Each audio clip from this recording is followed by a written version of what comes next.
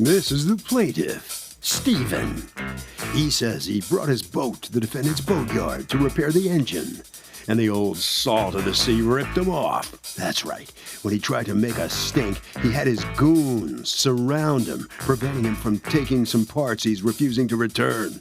Bottom line, he's not going to be scammed, is exercising his legal rights today in this court, and is suing for the $5,000 he's most definitely owed.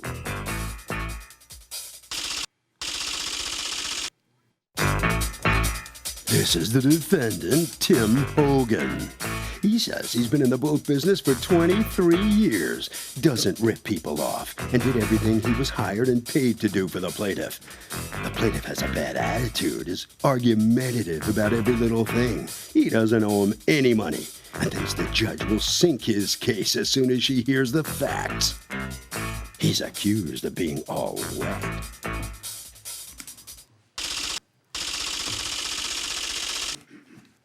All parties, please use your right hands.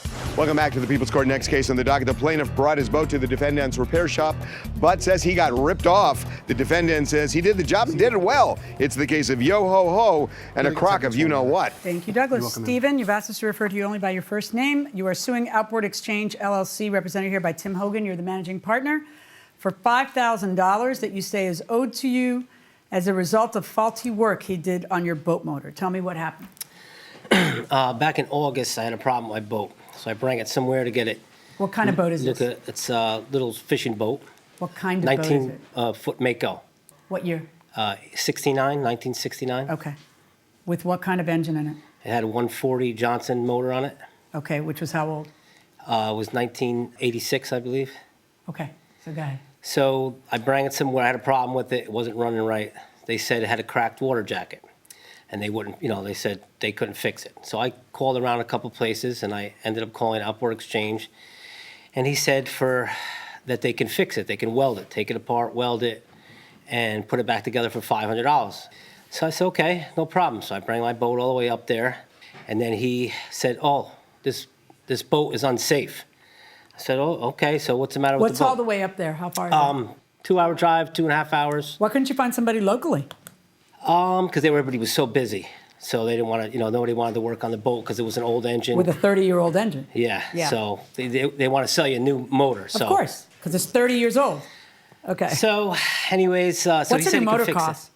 A new motor is between $8,000 and $10,000. Really? So if he could fix it for $5,000, I was happy. Yeah, but go ahead. So he said he could fix it.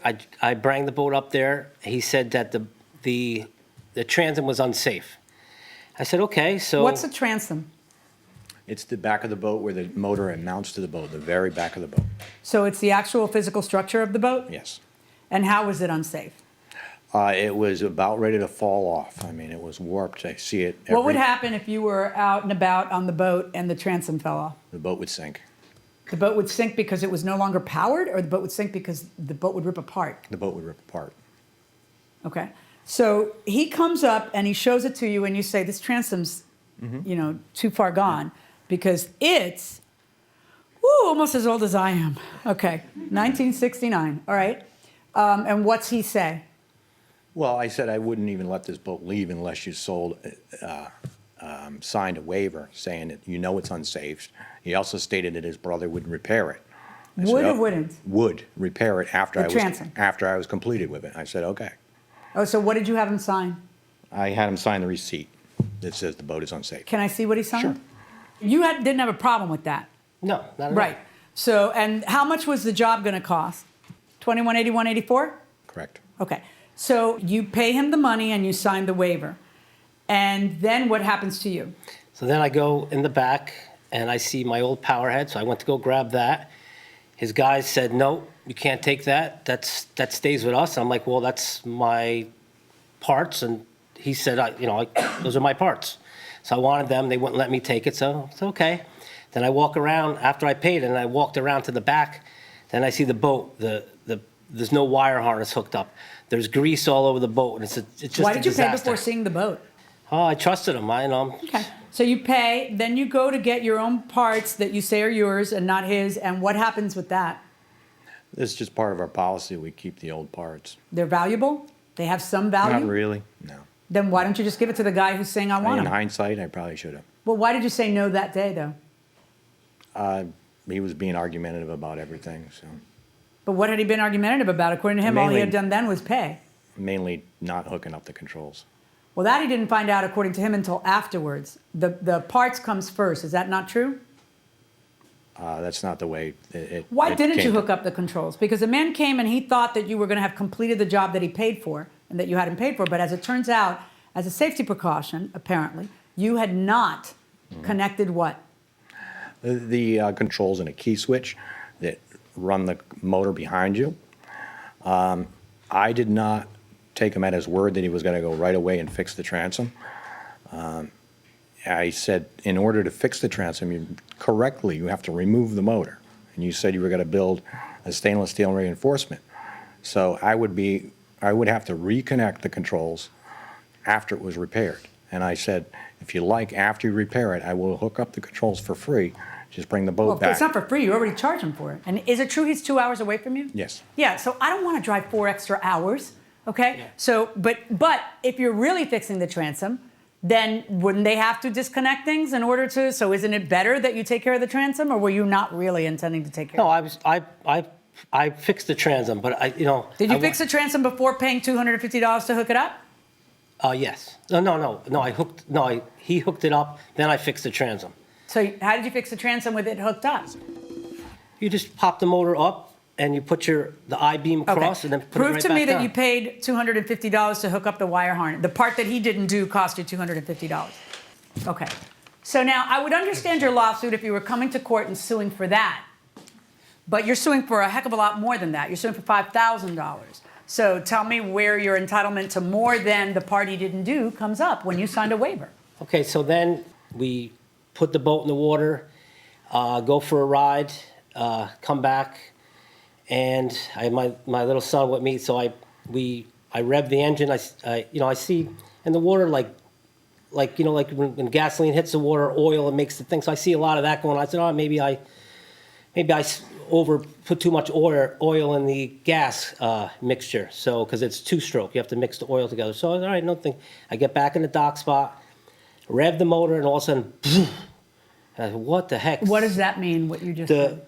The spark plug shot out of the cylinder, and the hose broke to the water jacket and flooded the compartment. Thank God that happened because the compartment had filled up with gasoline because he didn't put the proper hoses on, Okay, right. What evidence do you have of the last thing you just said, that whatever happened on that boat happened as a result of his workmanship versus that it's, a 30-year-old motor? I have a video of a mechanic working on the motor stating all this Okay, stuff. let me see your video. Who is the mechanic? His name is Marco. Is he a friend of yours? No. I have a phone number if you want to call him.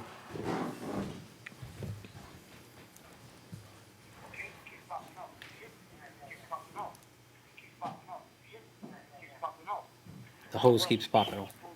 So meaning the rubber tubing That's the- had to be replaced with what? He replaced the rubber. That's hose. That's the hose for the gas, and you could see all the dirt that he pulls out of the carburetor. So if you rebuild a carburetor, I don't think there would be that much dirt coming out of it. Did you rebuild the carburetor? Yes, we did.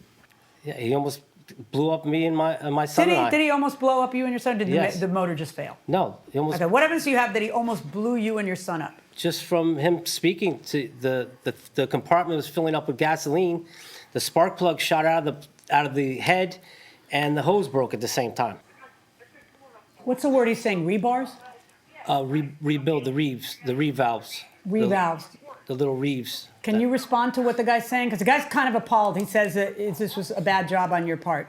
He's saying, that you clearly didn't replace things that should have been replaced, that in order to fix that right, you would have to take that apart, that it looks like it wasn't even taken apart, that the carburetor is filthy.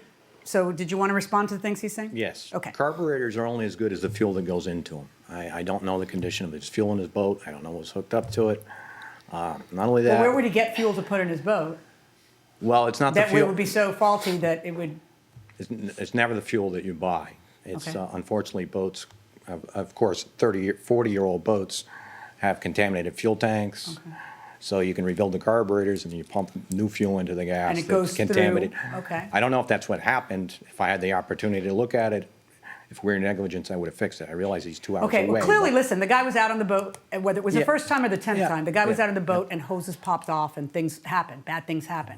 So what is your response to that? Or you can't tell me because you didn't get to see the boat again? I didn't get to see the boat, and I didn't get a receipt on Marco's repair because he did it off the books. No, was there a receipt for Marco's repair? No. No. Oh, how do I know you paid him $500? First you said $250 and now you wrote $500 when you got in here today. How do I know what you paid him? And if he ever even did anything? How are you? No, Yeah, you but come to. Can I ask you a question? Have you ever watched the People's Court? I did. If you, oh, you I'm a fan of did. the In show. preparation for today, you had never seen it No. in the 15 years that you I'm have a had an big fan of opportunity the to see it. show. No problem, no problem. I don't hold that against anybody. But seriously, how are you going to come to court with none of the proof? Well, I shouldn't say that. I shouldn't say none of the proof because you've got Marco on video. But I don't know who Marco is. Like, I've got nothing in writing from Marco that would tell me I've been in this business X number of years. Like, do you have something on Marco? I think I have something here from Marco. What's that?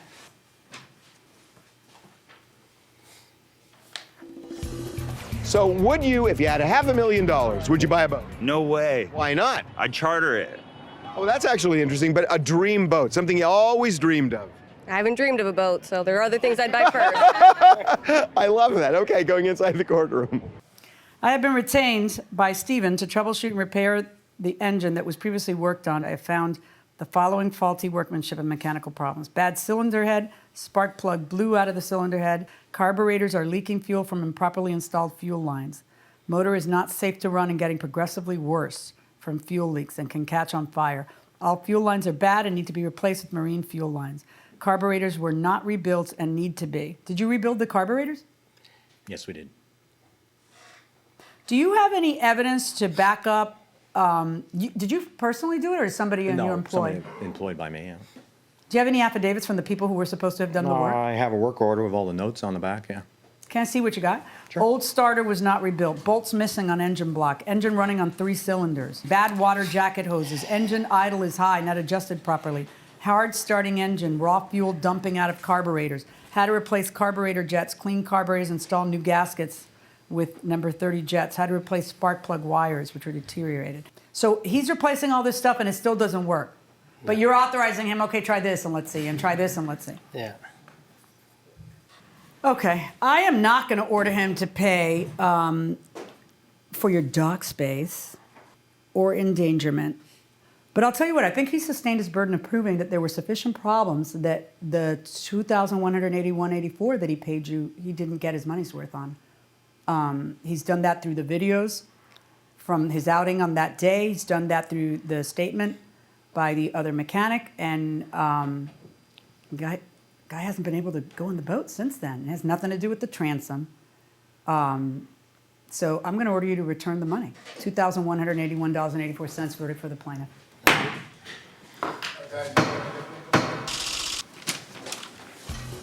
The plaintiff gets the job done, doesn't collect everything he sued for, but certainly proves that your rebuild job and your repair job wasn't up to par. What's your reaction? Well, it was a repair job, not a rebuild job. And it's a job I should have turned down. The boat was dangerous. That's why if he hadn't driven 2 hours to me, Working on a 30-year-old boat? Well, the age of the boat wasn't the problem. The problem, there was plenty of 30-year-old boats that are fine. That boat that was very dangerous, he You swore- couldn't say no. You should have said no. I should have said no. Yeah, Okay. it was a dangerous situation. All right, this is the way to your paperwork around the corner there. All right, step in here. So you satisfied with what you come out with? Yeah, sort of. I think justice was served. She was fair. I didn't get to show the head where the spark plug was stripped out of it, but What are you doing paying before you check out the repair job? too trustworthy. Too trustworthy. Yeah. So you learned something. Still a big fan of the Yeah. show? Great- Or even great- bigger now? Yeah, no, I love the show. Even bigger, right? Yep. Harvey? Okay, Kurt, this case was built on circumstantial evidence. There was no one piece that was good enough, but there were enough pieces that when you look at it, it's more likely than not, and the scales were tipped, and that's why the verdict went the way it did.